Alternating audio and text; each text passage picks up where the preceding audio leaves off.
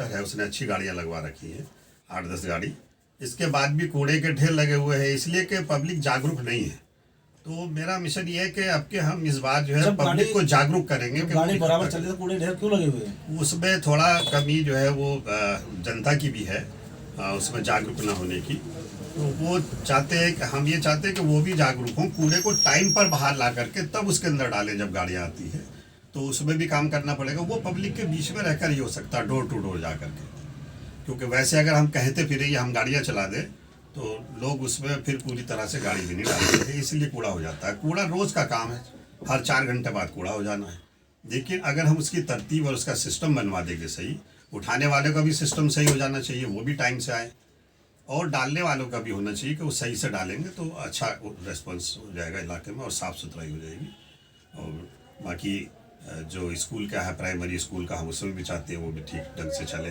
अभी दिल्ली सरकार के तो चल रहे हैं, लेकिन कॉरपोरेशन पे चूँकि दिल्ली सरकार का कोई नियंत्रण नहीं है, वहाँ बच्चों को अच्छी शिक्षा भी नहीं मिल रही है। तो उसके लिए भी हम हाउस में वहाँ उठाने का काम करेंगे। भाई जब 6ठी के बाद अच्छी क्लास होगी तो इससे पहले तो मजबूत होने के लिए बच्चों को पहली क्लास से 5वीं क्लास तक उसे मजबूत होना चाहिए। अगर वो वहीं से कमज़ोर है तो आगे वाला 6th क्लास से आगे कैसे उस पर ज़्यादा मेहनत हो पाएगी।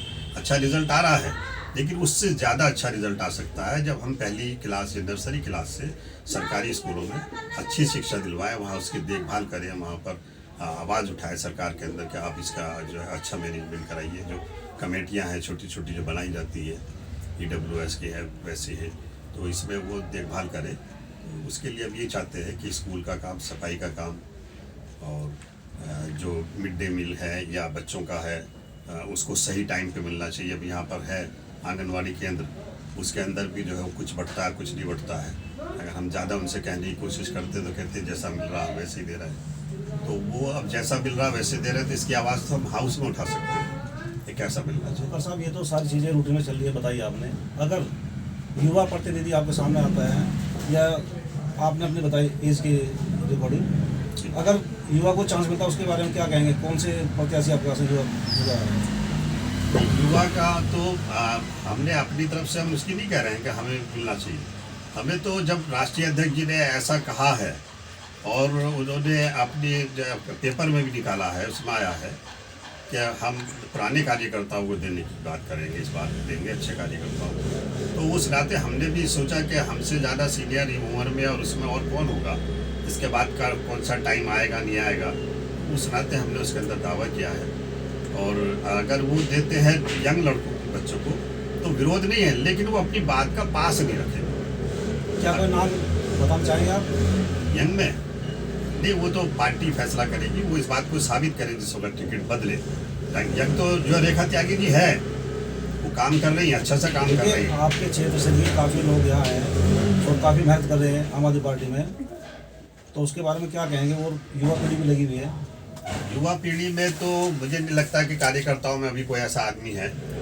हाँ, सीनियर ज़रूर है और मैं उनका विरोधी नहीं हूँ, लेकिन जो चीज़ कही गई है कि वो हम अच्छा देंगे, ईमानदार देंगे, तो अगर वो क्वालिटी है और भी तो ठीक है, हम उसके लिए तैयार हैं, कोई दिक्कत नहीं। तो ये बिल्कुल मन बना लिया आपने, आप इलेक्शन की पूरी तैयारी है आपकी?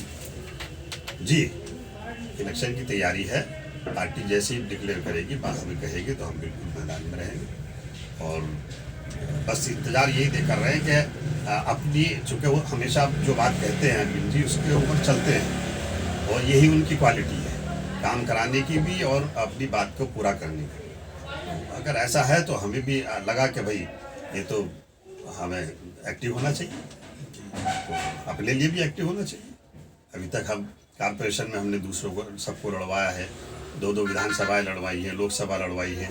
तो काम किया है पार्टी के लिए, जो जिम्मेदारी पार्टी ने दी है उसे भी किया है, उससे ज़्यादा किया है। बूथ के ऊपर हमने बहुत बड़े पैमाने पर अपने 2-3 स्कूल हैं यहाँ पर, शिशु निकेतन बड़े स्कूल, इनमें हमने अपने लोगों को वहाँ वोटिंग के रोज़ बैठाया है। और पार्टी अगर किसी वजह से कोई कार्यकर्ता नहीं आता तो उसमें स्क्वायर में रख करके हमने वहाँ अपने बच्चों को भी भेजा है। हमारे लड़के भी लड़कियाँ भी सब काम करती है। वकार साहब, जिस तरह से कोरोना काल में आपदा आई, पार्टी ने काम किया है या अपने बल भी आपने कुछ मदद की है लोगों की यहाँ पे? जी, उसमें पार्टी ने बड़े पैमाने पर जो है, आप अपने बल पे बताएं। हाँ, अपने बल पे अपने क्षेत्र में क्या किया आपने? हमने यहाँ पर जो है लोगों के जिनके घर पे खाने, वैसे तो सरकार बांट रही थी, लेकिन बहुत सारे लोग ऐसे हैं जो नहीं चाहते कि हम अपनी बात को आगे खोलें। इज्जतदार लोग हैं, अपनी इज्जत समझते हैं। तो बिल्कुल हमने बहुत छुप करके, जिसको हमें नाम नहीं लेना चाहिए माइक के ऊपर भी, जब हमने दिया ही है उन्हें छुप करके, तो हमें नाम नहीं लेना चाहिए। तो ऐसे बहुत सारे लोग हैं हमारे महल्ले में हैं, सुभाष महल्ला है, वो जिससे अलाउ भी है, तो वहाँ हमने उनको पहुँचाया है इमदाद के तौर पर जो भी पहुँच सकता है। और उनको शो नहीं कराया उन्होंने, चूँकि वो बेचारे मुँह से नहीं बोलते हैं, लेकिन उनके हालात पता थे, हमें पता थे। ऐसे ऐसे भी थे बहुत सारे, मैंने देखा कि यहाँ अभी स्कूल के आगे दिलशाद साहब लगा बांटते थे वहाँ पर खाना, तो वहाँ हमारी गली के से बराबर से लोग, ऐसे लोग जाते थे जो अच्छे देखने में ठीक है, लेकिन उस दौर में टूट गए वो। तो उन्होंने हमें देख करके लाइन में वो लगे नहीं। हमें ये महसूस हुआ कि हमें यहाँ बांटते टाइम नहीं खड़ा होना चाहिए, जैसे बाकी लोग पार्टी के बांट रहे थे, लेकिन मैं फिर लाइन में वहाँ नहीं खड़ा हुआ। 2-3 दिन मैंने देखा ऐसे लोग आना चाह रहे हैं, लाइन तक आ रहे हैं, फिर वापस घूम रहे हैं, तो मैंने उनको जांच कर लिया कि हमारे इलाके में कौन कौन लोग हैं ऐसे। तो लोगों को हमने उनके घरों पर पहुँचाया, अलग से किट बना करके पहुँचाई, कैश पे पैसा दिया कि जिससे आप दूध चाय जो कुछ भी लेना वो ले सकते हैं। तो उसके नाम नहीं लिए जा सकते जिन लोगों का। सर यहाँ तक तो बात रही, आप जिस तरह से कुछ बच्चे ऐसे हैं एजुकेशन में उनकी फीस नहीं भर जाती, वो घर बैठ जाते मायूस होकर, उनके बारे में क्या कहेंगे आप? उनके लिए जो है सरकार को वैसे फीस जो है माफ़ की उन्होंने कही है, जो प्राइवेट स्कूल है, तो उसको देखना चाहिए कि माफ़ किया ही नहीं किया उन्होंने। तो और बाकी ऐसी तादाद भी बड़ी तादाद होगी, ऐसा भी नहीं है कि हम सबको हेल्प कर सकते हैं, लेकिन अपने क्षेत्र में अगर कोई भी ऐसा बच्चा है, हमने उनसे उस टाइम भी कहा कि अगर किसी को कोई दिक्कत है, फीस नहीं भर सकता है वो जेन्युइन तरीके से, तो हम उसकी जो है मदद करने के लिए तैयार हैं। सर अब तक और बात ऐसी कई रही, संस्थाएं हमारे पास आई हैं, तो उन्होंने हमसे कहा कि एजुकेशन के मामले में अगर किसी को पास फीस नहीं है, जब वो नहीं है तो आप हमारे जरूर दिलवा सकते हैं। ऐसी भी कई जो है लोगों ने। प्राइवेट स्कूलों की बात करें तो प्राइवेट स्कूलों वालों ने क्लासेस बंद हैं और फिर भी अपने मन चाहे वसूली वो ले रहे हैं बच्चों से, उसमें क्या कहेंगे? हाँ, वो बिल्कुल गलत है। इतना तो नहीं, जिस तरह से वो फीस ले रहे हैं, पूरी फीस ले रहे हैं, और वो पूरी फीस नहीं लेना चाहिए, सरकार को उन्हें देखना चाहिए। लेकिन उनके स्कूलों के भी खर्चे हैं, तो पूरी ना लेकर के कम से कम आधी फीस जो है वहाँ से माफ़ होना चाहिए। जब ऑनलाइन पढ़ाई हो रही है तो ऑनलाइन में फीस खर्चा तो उतना नहीं है, टीचर्स लोग तो घर में बैठे, लेकिन टीचर्स को भी चाहिए, तो आधा पैसा लेकर के वो अपने टीचर्स की भी जो है मदद कर सकते हैं, उनका सैलरी दे सकते हैं, और जो है जो स्टूडेंट हैं उनके माँ बाप को भी इससे सहूलियत हो सकती है। लेकिन पूरी तरह से लेना जैसे आम दिनों में लेते थे, वो कहीं तक भी जायज़ नहीं है। वकार साहब, पूरी दिल्ली में आपकी सरकार है, निगम में आपकी सरकार नहीं है, लेकिन कोई ऐसा आदेश तो पारित कर दे सरकार, ताकि जो गरीब जनता है वो इस वसूली से बच जाए। हाँ, ये तो है, लेकिन उन्होंने आगे काम करने के लिए कहा भी है अध्यक्ष जी ने, क्या पिछली बार भी कहा था कि अगर हमारी सरकार कॉर्पोरेशन में आती है तो हम हाउस टैक्स, सबसे पहले हाउस टैक्स ख़त्म कर देंगे। हाउस टैक्स का इतना बड़ा मामला है कि 2003 से उगाई कर रही है सरकार कॉर्पोरेशन की। 2003 से कौन दे सकता है, जिसने नया आदमी आया उसने लिया जैसे तैसे करके, तो उसके लिए पहले भी ऐलान हुआ था और अब की बार भी ऐलान है कि हाउस टैक्स ख़त्म किया जाएगा। जो मकान बनते हैं उसकी वसूली ख़त्म की जाएगी, वो कॉर्पोरेशन के अंडर में आती है, उसका जेई जो है वो आकर के पैसा लेने का काम करता है। अगर वो ज़रा सी रिपेयरिंग भी कर रहा है तो भी पैसा लेता है।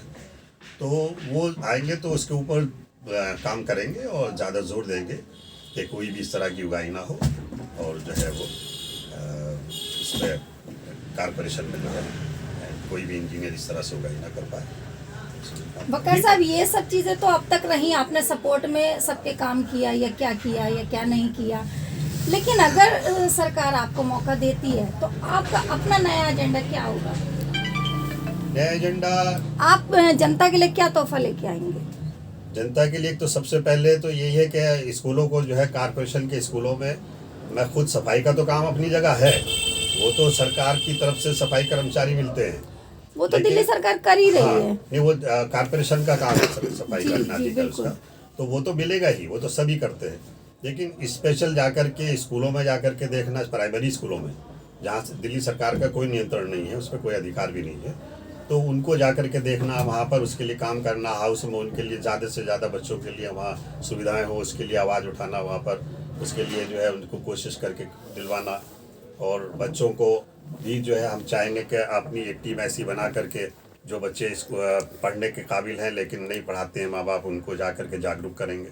तो शिक्षा पे हम ज़्यादा जोर देंगे, शिक्षा पे और स्वास्थ्य। सर, जिस तरह से आजकल नए नए चेहरों को लगातार चांस दिए जा रहे हैं, नया चेहरा, नई सोच, तो क्या लगता है आपको? आपका चेहरा बहुत पुराना है, बहुत तजुर्बेकार हैं आप, बिल्कुल बेहतर जानते हैं, लेकिन क्या आपके तजुर्बे और नए चेहरे में कोई कंपटीशन हुआ तो आप क्या क्या करेंगे उसमें? बस यही तो चीज़ देखने की है। अगर ऐसा करते हैं कि भाई नए चेहरे को देते हैं, आने वाले पैरासूट वाले को देते हैं कि भाई नहीं हम, तो ये सीट तो ऑलरेडी जीती हुई है।